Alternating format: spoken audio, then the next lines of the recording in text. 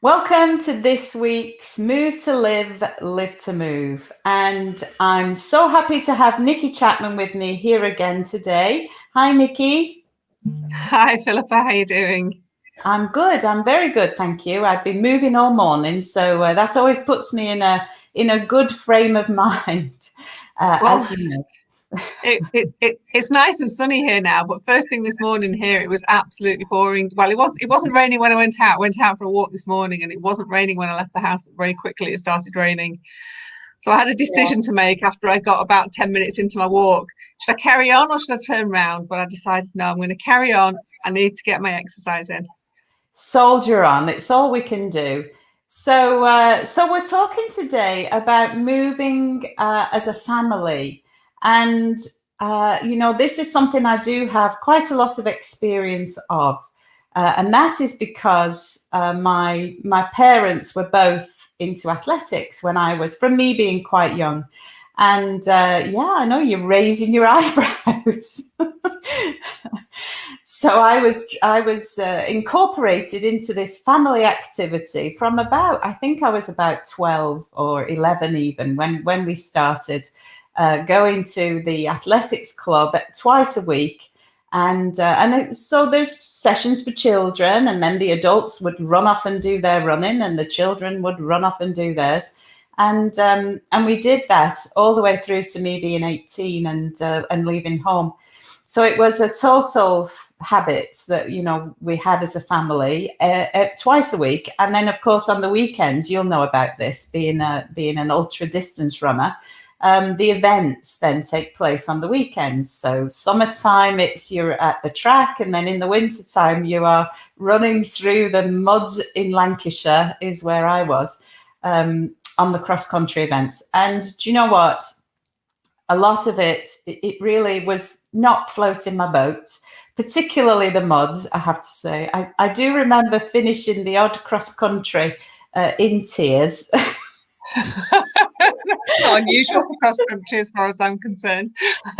Quite normal, quite normal. But I didn't know you were a child cross countryer.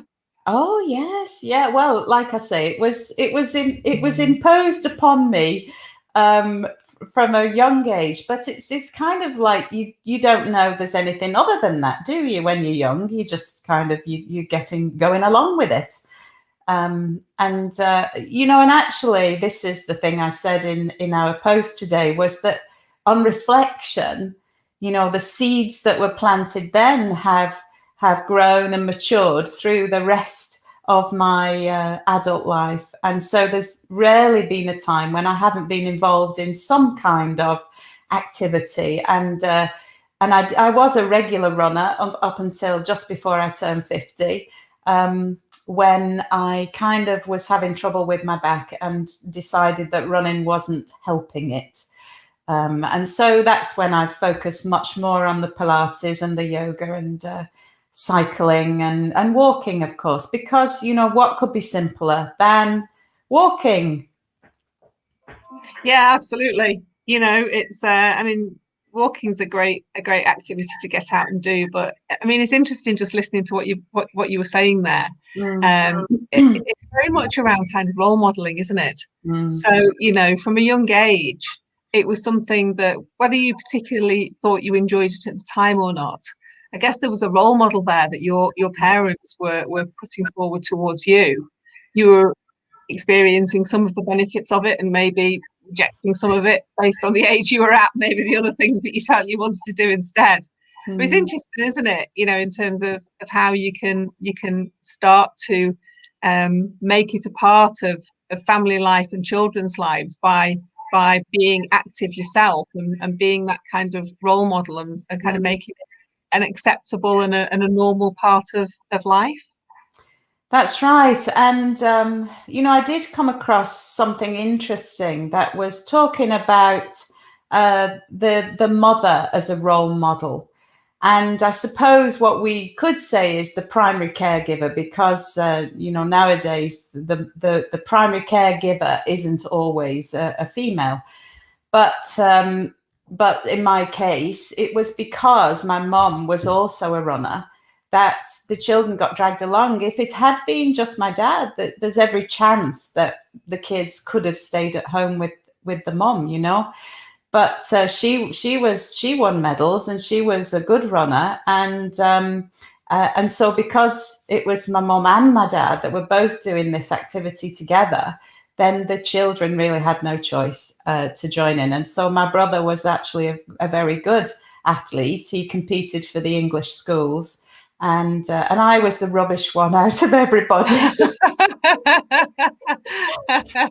It's all relative. I'm sure that you weren't. No, I was. But but this is the thing. You don't have to be good at it to get the benefits, do you? You know, that's the other thing. It you know, ideally it does have to be something you enjoy. You will always get more benefit from doing something that you actually enjoy.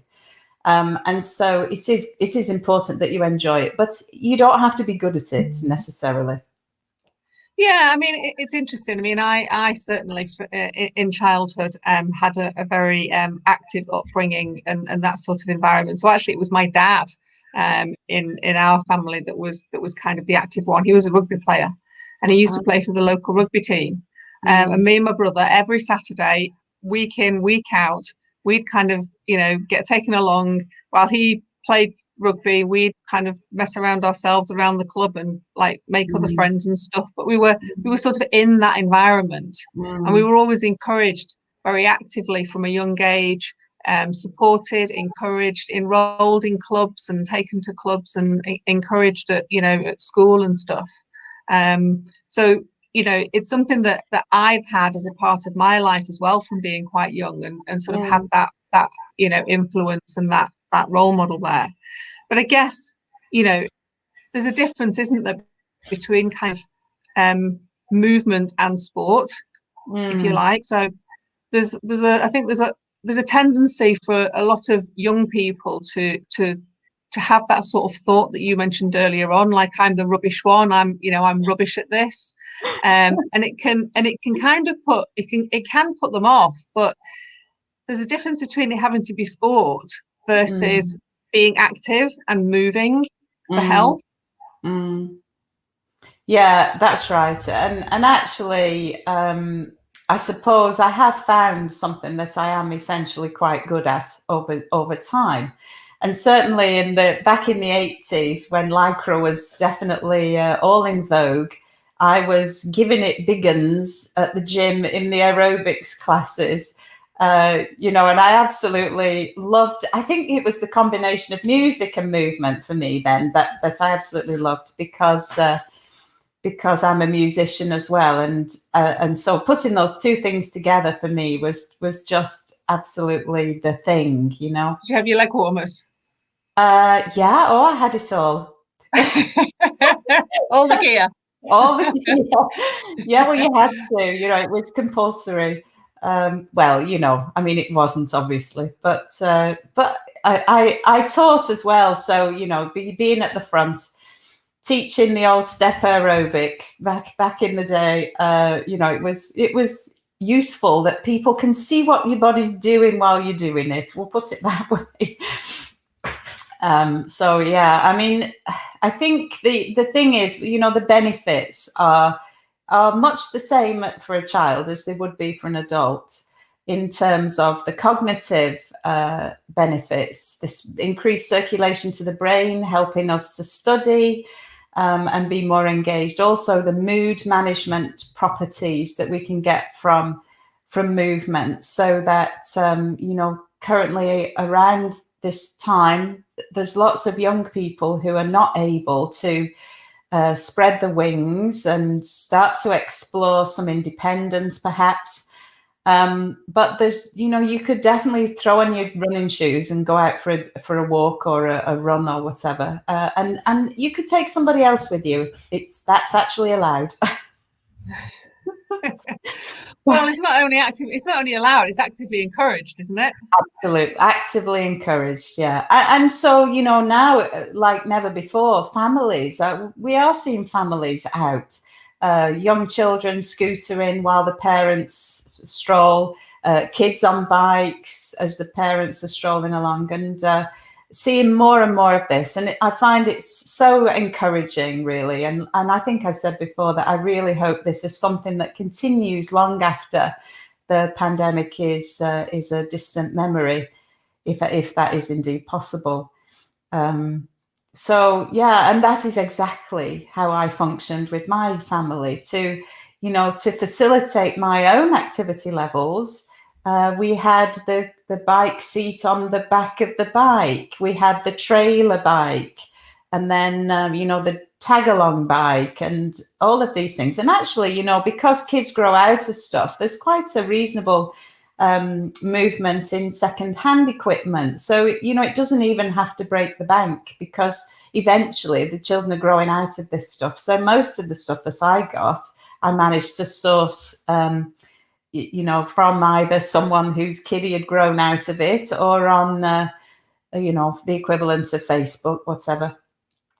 Facebook Marketplace, I suppose that's a place, isn't it, where you can buy all sorts of weird and wonderful things. And were they active participants in this? Like you said earlier on, that you were sort of you were kind of dragged along. How did you feel about your kids? Did you feel that they were active participants? And is it something that's now become a kind of a part of their life now they're more grown up? Well, it's interesting you should say that, actually, because I purposefully tried to engage them in a whole variety of activities. So, my upbringing was very narrow, in as much as athletics was the thing, and we did athletics, and that was that.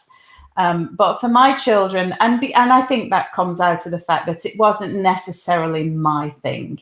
And maybe if they'd taken me to dancing lessons, that might have been my thing, But anyway, so for my children, I definitely gave them lots of exposure to lots of different opportunities: gymnastics, climbing on the climbing wall, horse riding, cycling. They all had a scooter. We scoot, so that when I was walking, if they couldn't keep up, at least they could scoot along. And push along things. They were great when they were little. We'd push them in a something that was shaped like a bicycle or tricycle. So that I definitely exposed them to lots of things. So I've got one son who's a very keen cyclist, and also he was into climbing, the wall climbing stuff. And then my other son was a footballer, and did some athletics, and now he's decided he wants to be a bodybuilder, and I'm good with that. I'm good with that, as long as there is some element of physicality in their lives. Then I'm very happy with that. So I think that is maybe something to consider, that a variety of opportunities. I was just going to say, we did gardening together. We would plant things and grow things, and I'd put out bowls of water so they could stand in them, and then do little footprints and play hopscotch. And in the winter time, I remember putting music on and just dancing round daft in the living room. We played Twister. That's quite physical, actually. It's exhausting. Yeah. So I suppose, it wasn't just about that, wanting them to do what I did either. It was that my first son, I told you, he had this battle with cancer, and as a consequence, he was left with chronic constipation. And actually, movement, we kind of noticed, if he would run around, then that would actually get him going, So we, it was actually from a health point of view that it was really important for him to be physical. And then the other one, a bit kind of hyperactive. So, for him to get it out of his system was physicality, was definitely a way. Trampoline, and oh my gosh, it was quite funny, actually. I was thinking about all the different things that I did when they were younger, and now they don't want to be near me or with me, and I miss it. Oh my, I miss it so much. Honestly, I do. You don't get the chance to go out cycling with your son then? Oh no, I do. Yeah, actually, we went out the other day and we were cycling along, and I said something, and I can't remember what it was. What did I say? I said, "How fast are we going?" Because he's got one of those things on his bike, and he said, "Not very." Told I was you like, then, didn't it? okay, okay then. So, but no, I mean, we walk together all the time and cycle together on occasion when he can bear to go as slow as me. I can't play football, so the other one's left to his own devices on that one. But I have done some resistance training with him in the garage. Age 15, he asked me for weights for his birthday, a set of weights. And so I said to him, well, there's no way you're getting on those weights until I've given you the induction, Good old mum. Yeah, absolutely. So yeah, primary caregiver, it's really important that, and for us not to feel guilty about taking time for ourselves, because it's that modeling that behavior that you talked about. If we're doing it, then we're setting that example, aren't we? Yeah, absolutely. I think the other thing actually around this subject that's interesting probably to touch on is the fact that the last year, because of the way the last year's gone, because um, the requirement for people to stay together in their family unit, and the fact that the normal everyday things that they might have been done have been off limits because things have been closed or because you're not allowed to travel too far, and we've been sort of spending more time indoors doing other stuff anyway. I think that more families have actually found sort of the movement and the activity and the outdoors together as a group, that they wouldn't have done previously. So I think there's been a lot of families who have previously been inactive, or less active, might be a better way of putting it, that over the course of the last year have got out together, walking. A lot of people seem to have got dogs through kind of the lockdown, so that's been an opportunity for them to go out as a family and walk dogs, or they've all got bikes. I mean, bike shops were allowed to stay open for that very reason, so that they were classed as an essential shop. And families have kind of got themselves bikes and things. So, I regularly see, families out cycling together through the park whilst I'm out running. And so I do think that, it's enabled a lot more families to kind of find A, movement, and B, that kind of movement and that activity together, almost by default. It's sort of, it's not being forced on them as such, in the sense that they haven't been told they had to do it, but they've found their way to it because of circumstance. Yeah, absolutely. And I can speak to that because my son works at Halfords building bikes. Oh, brilliant. Yeah, that's his part-time job while he's at university. So yeah, I mean, they were sold out of bikes. And it took a long time after the first lockdown for the stocks to rebuild. So yeah, and actually what's quite nice, Halfords have been offering vouchers. I don't know if you know this, that you could get a £50 voucher to go in and take your old bike and get it serviced and brought up to, because that's the other thing, actually, I kind of alluded to that with my second-hand children's equipment, but recycle, repurpose, recycle. That's quite funny, actually. They call it upcycling these days. Yeah, upcycle. But upcycle your cycle was the point. So anyway, so yeah, and that's quite recently they were handing out these vouchers that you could apply for, and lots of people have been going in with the bikes that need a bit of TLC, and so yeah, it is. You're absolutely right. It has brought people out of the woodwork, and I think over the winter it was perhaps less, but I think we'll be seeing that again now that the weather is on the improving side. And some interesting stuff about moving alongside another person is that it's, you know what I'm going to say, she's nodding. Being alongside somebody, if you've got contentious issues that you needed to chat with somebody about, you being alongside someone next to them is always going to be more conducive than kind of getting face to face with somebody.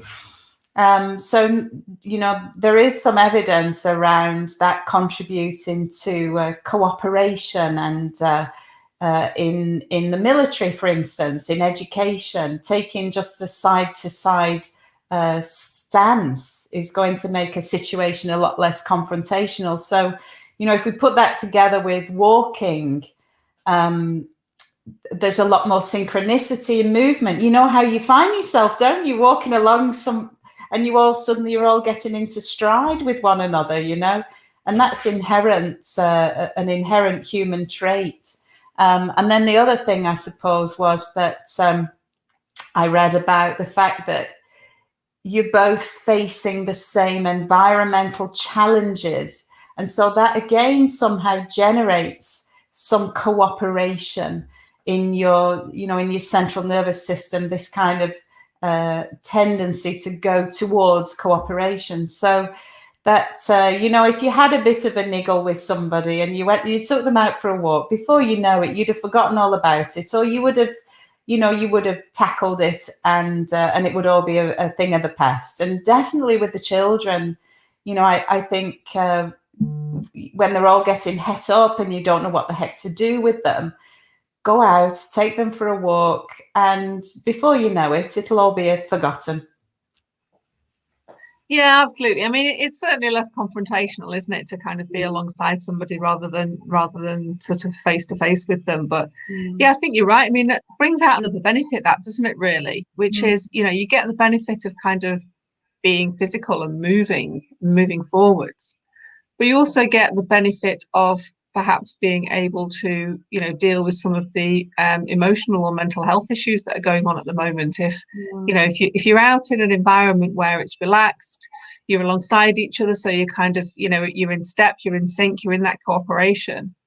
There's greater likelihood, I guess, that, conversations are going to open up, but wouldn't necessarily open up if you were, sitting down around the dinner table or something like that. And it's an opportunity to deal with some of those issues and kind of deal with the mental health side of things as well as the physical health side of things, with everything that's going on at the moment. You know what? I'm laughing because I remember that, walking with my son, I would have all those difficult conversations about girls and, it's all coming flooding back. Yeah. Drugs and alcohol and any sorts of things that and it would come out and it would kind of flow, and nobody's embarrassed. And quite often it would be dark if we're walking sometimes around the streets after dinner and it's dark, so you can't even see each other, but you can somehow then broach topics that you might feel a little bit awkward tackling face to face. So absolutely, that's definitely my experience of and just chewing the fat, spending time together, getting out in the fresh air. I just, I think there's so many benefits to being more active together.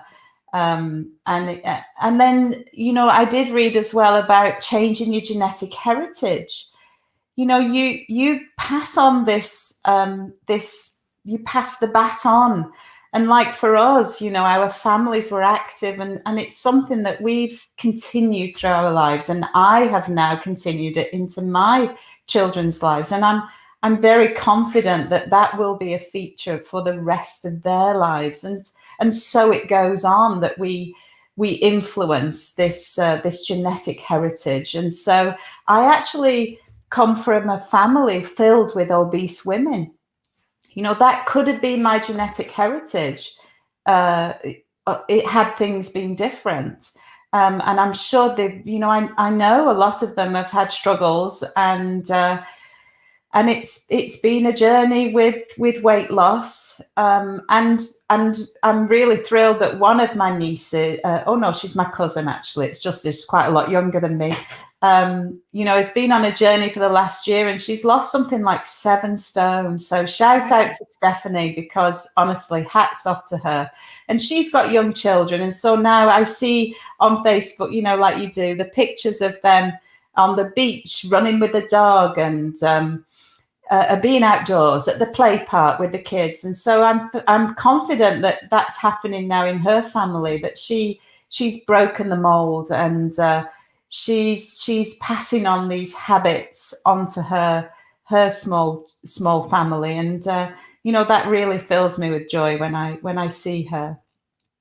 Yeah, I mean that's a fantastic story, and it just goes to prove, I think, that in terms of activities, it can be anything from the things that we've spoken about already, and the things that you think about as sport, to stuff like throwing a frisbee around, or running around after the dog, or or sort of all of those kind of things. Are all going to help.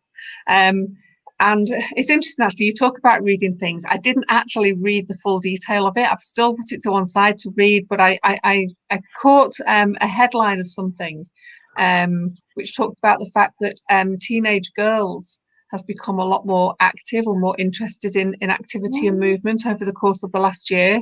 And quite a high percentage of them are definitely going to be sort of continuing it on beyond this year. It's not just being kind of a 1-year thing, which is fantastic, really, because that is typically the group, the set, if you like, where activity and movement and sport in particular falls down. That's the stage at which girls become a lot more conscious about themselves and their bodies, self-conscious. There's a lot been said about them being uncomfortable with kind of getting, hot and sweaty and that sort of thing. And very often that's where, things will lose out. But so that I was quite encouraged about that, actually. And I haven't read the full report yet, but I'm going to put it to one side to have a look at over the weekend. So. Yeah, that is really encouraging. And I know you're right, that is a demographic of young women where girls in particular disengage. I'll tell you what, if you don't want to get hot and sweaty, take up cross-country running. You'll be absolutely You'll be muddy, but you won't be sweating because you'll be so cold. Yeah. Yeah, I can concur with that, that's for sure. Or skiing, I suppose. Skiing. Maybe you just weren't running hard enough, Philippa. That's the thing. I definitely see some people cross the finish line. How very dare you?